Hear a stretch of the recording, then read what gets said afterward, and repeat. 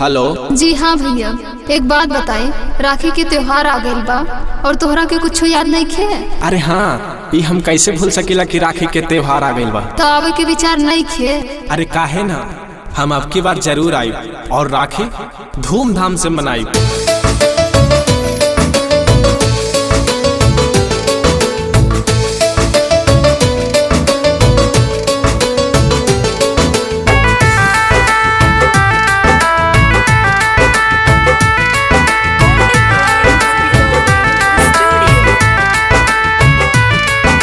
सासा रे ग मगरे शानी दा पा मगरे गसा हो।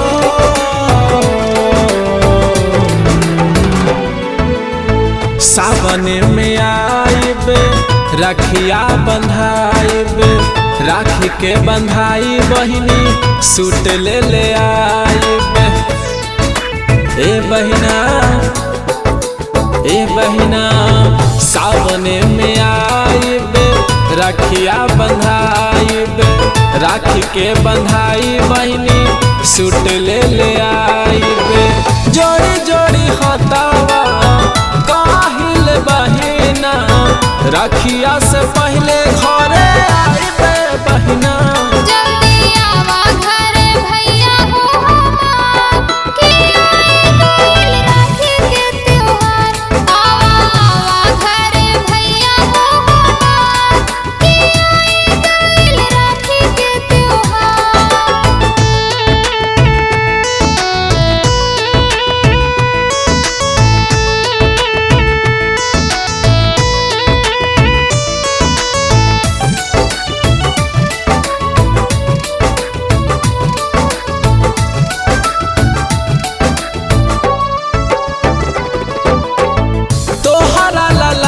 बहिना चूड़ी कंगनवा पूरा करबे हमें तोहरो सपनवा। ए बहिना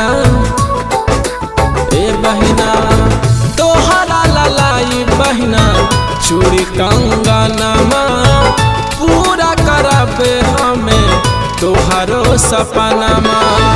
गलवा के हार दे हम पाँव के पयलिया, हर साल बांधत रही राखी बहिनिया। आज हम चढ़तनी गाड़ी राजधानिया, रूठ नहीं जइहा हमसे प्यारी बहिना। जल्दी आवा घरे भैया हो हमार, कि आइल राखी के त्योहार। आवा घरे भैया हो हमार, कि आइल राखी के त्योहार।